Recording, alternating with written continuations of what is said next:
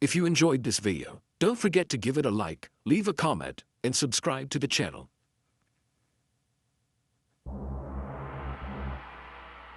The far north of Norway is, well, a land of stark, breathtaking beauty. Here, under the ethereal glow of the northern lights, ancient cliffs stand guard over deep, dark fjords. For thousands of years, these rocks have held secrets. They are like a history book written in stone, telling the stories of people who lived and hunted here long before recorded time. In the area of Alta, a vast collection of rock carvings or petroglyphs paints a picture of a lost world. We see images of reindeer, boats, and hunters. These are slices of life from the Stone Age, but among these familiar shapes, one figure stands out. It is a carving that doesn't quite fit. It whispers of something stranger, something that breaks the rules of its time.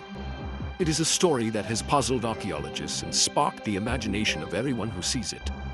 This particular story begins not with a grand expedition, but with the patient work of researchers mapping thousands of these ancient images. They were documenting the daily lives of prehistoric people, tracing the outlines of animals and stick figure hunters. Then, on a remote rock face overlooking the Alta fjord, they found him. It was a figure that defied simple explanation. It wasn't a reindeer or an elk. It wasn't a fisherman in a boat. This figure had a human-like body, but it also possessed something extraordinary: a large, magnificent pair of wings. The discovery sent a ripple of excitement and confusion through the archaeological community. What was this winged being doing, etched into a rock in Stone Age Norway? It was a question that opened the door to a profound and unsettling mystery, one that we are still trying to solve today. The environment itself adds to the enigma. This is a place of extremes. The winters are long and dark, a time when the world is blanketed in snow and ice. The summers are short, but filled with a sun that never sets. Imagine living here 7,000 years ago. Your world would be defined by the hunt, by the seasons, and by the stories you told around the fire to explain the unexplainable. The sky above would have been the canvas for gods and spirits.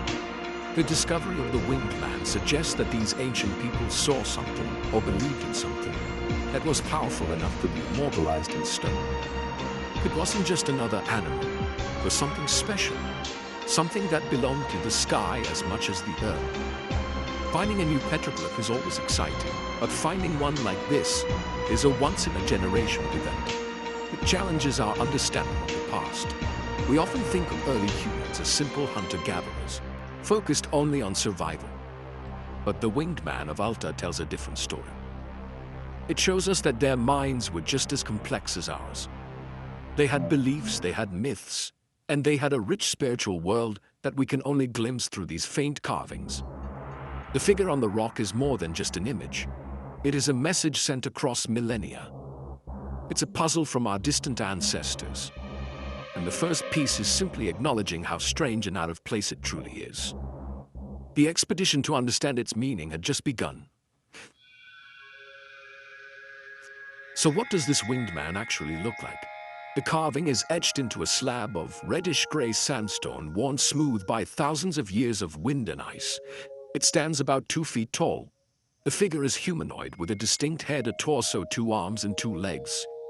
But it's the wings that capture your attention. They are not small, decorative additions. They are large and powerful, spreading out from the figure's back in a way that suggests true flight. The lines are simple, as is typical of Stone Age art, yet the intention is unmistakable. This is not a bird, and it is not a person wearing a costume. The wings appear to be a natural part of its body. The carving is dated to be around 7,000 years old, placing it deep within the Stone Age. What makes the Winged Man so profoundly unusual is its context. The Alta petroglyph fields are a UNESCO World Heritage Site, containing over 6,000 known carvings. The vast majority of these depict scenes from the real world.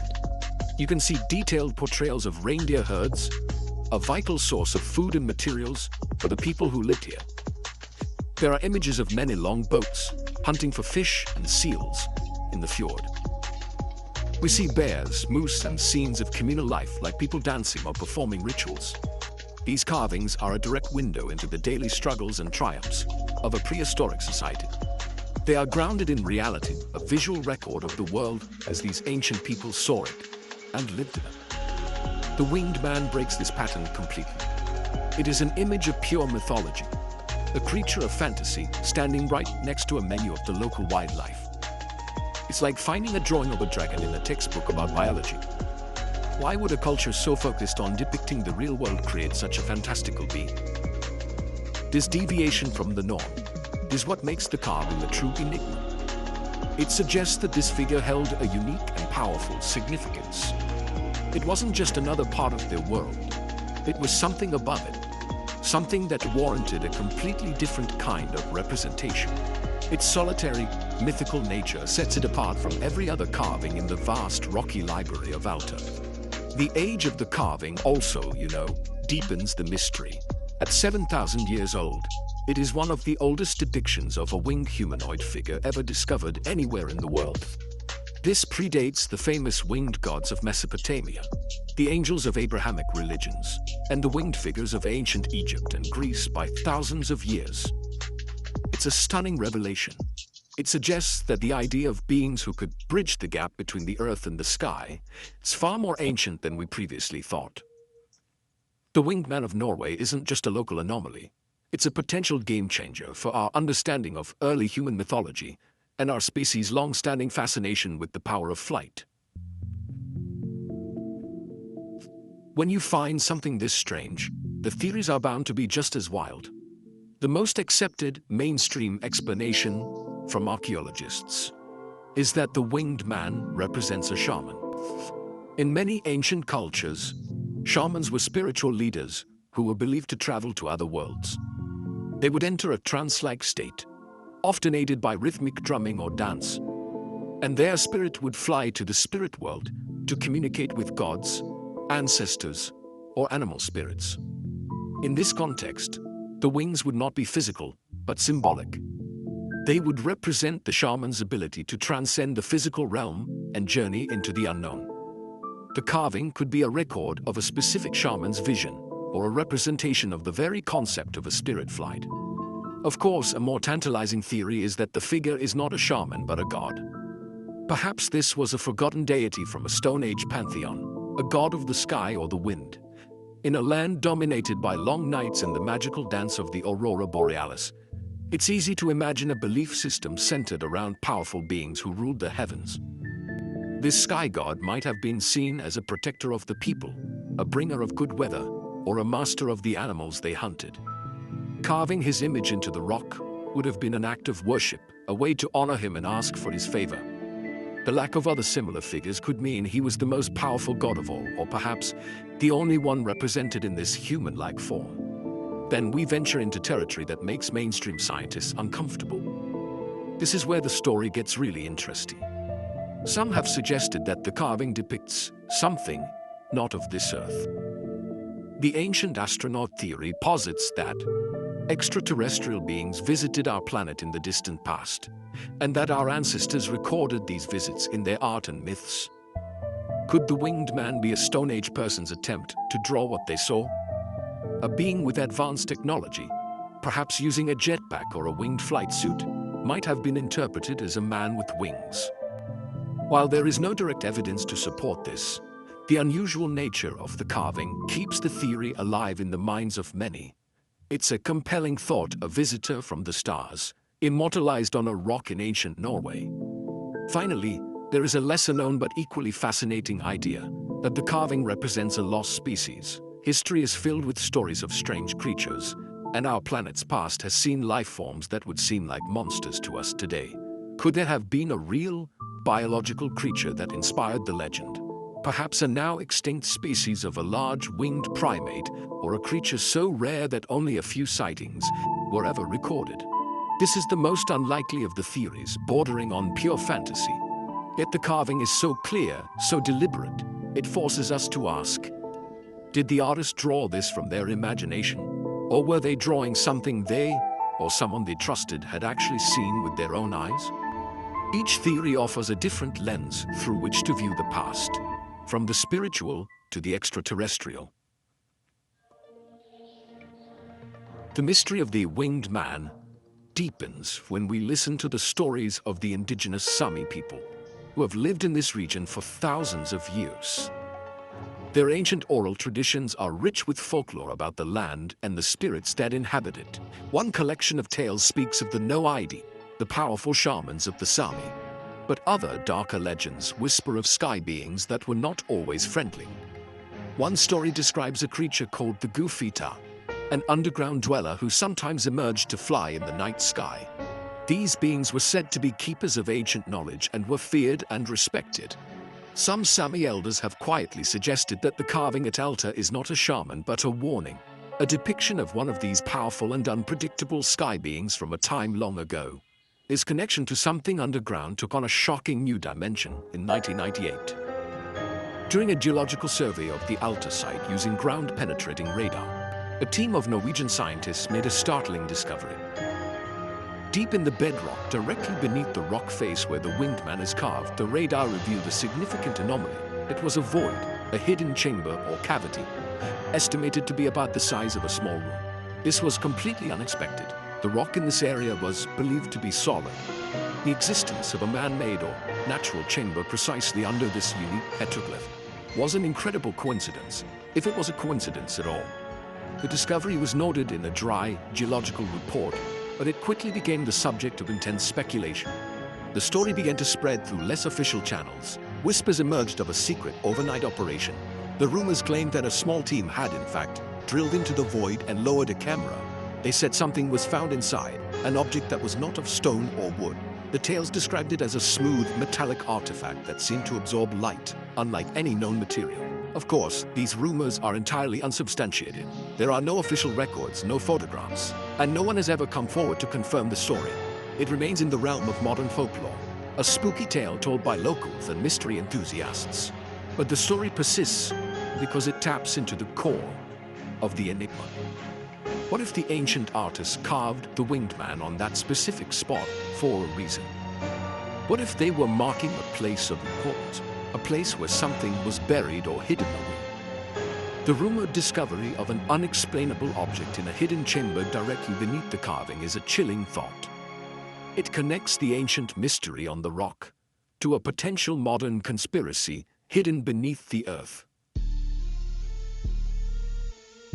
The Winged Man of Norway is not the only winged humanoid in ancient art, but its age and isolation make it special.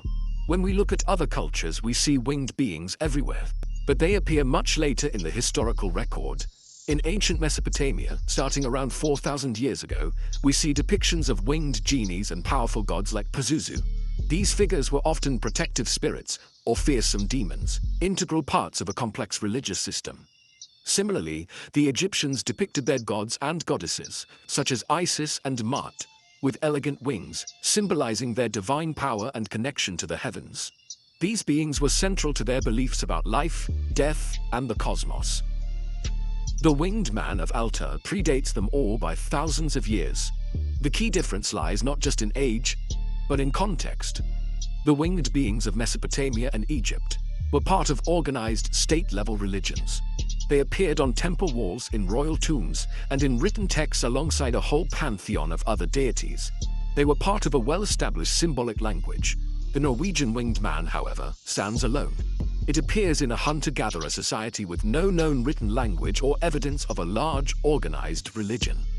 It is a solitary mythical figure in a world otherwise depicted with stark realism. This suggests its origin might be different. Perhaps born not from a priest decree, but from a personal, powerful experience or a very old, isolated myth. Even the familiar image of angels in Christianity, Judaism, and Islam came much, much later. These celestial messengers with their classic feathered wings became a common motif in religious art over the last 2 millennia. They serve as intermediaries between God and humanity. While they share the basic concept of a winged humanoid, they are part of a theological framework that is vastly different from the world of a Stone Age hunter in Norway. The Winged Man has no book, no scripture to explain him. He exists without a story, forcing us to guess his purpose. Was he a messenger, a god, a protector, or something else entirely? His age makes him a potential ancestor to all these other myths. This raises a fascinating question. Is there a universal human impulse to imagine beings that can fly, or is there a common, ancient source for all these myths? The existence of the 7,000-year-old Winged Man of Norway suggests that the idea is far more primordial than we ever imagined. It didn't start with the great civilizations. It started much earlier, perhaps around a campfire in the frozen north. The Winged Man could be a missing link in our understanding of mythology, a proto-myth that hints at a shared human story that has been forgotten. He is a silent testament to a deep-seated fascination, or perhaps a memory, that spans continents and millennia, connecting us to a time when the sky was full of wonders. Today, the Winged Man of Alta continues to draw visitors, who come to gaze upon its simple lines and contemplate its deep mystery. The site is protected, but the air around it still feels charged with unanswered questions. Over the years, stories have emerged from those who have spent time near the carving. Especially at night, hikers have reported seeing strange, bleating light in the sky directly above the fjord where the carving is located. Others have spoken of a strange, low, humming sound that seems to emanate from the ground itself, a phenomenon that has never been successfully recorded or explained. These are, of course, just stories, modern folklore layered on top of an ancient enigma.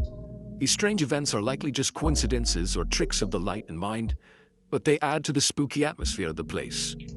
They show how a powerful mystery can capture the human imagination and make us see patterns where none exist. The local community treats the site with a mixture of pride and reverence. We are the guardians of this Stone Age secret. For us, the Winged Man is not just an archaeological curiosity. It is a part of our landscape's soul. It is a reminder that our land has been home to people with deep and mysterious beliefs for far longer than any history book can account for. The carving is a silent character in our ongoing story, a figure that watches over the fjord from its perch on the rock. In the end, we are left with more questions than answers. Who carved this incredible figure? Were they documenting a shaman's spiritual journey, paying tribute to a forgotten god, or recording an encounter with something beyond their understanding? What, if anything, lies in the hidden void discovered beneath its stony gaze? The beauty of the Winged Man is that it refuses to give up its secrets easily. It remains stubbornly silent, a 7,000-year-old question mark, etched in stone. It challenges us to think beyond what we know, to open our minds to the possibility that the past was far stranger and more wonderful than we can imagine. The carving is a gateway to a lost world of belief and wonder. The Winged Man of Norway is a powerful reminder that history is not a closed book. There are still chapters waiting to be discovered, not just in dusty archives, but out there, in the wild places of the world. There are riddles carved into rocks, secrets buried under the earth, and stories that whisper on the wind. We may never know the true meaning of the Stone Age enigma, but the search for answers is a journey worth taking. It connects us to our most distant ancestors and forces us to confront the vast, unknown territory of our own past.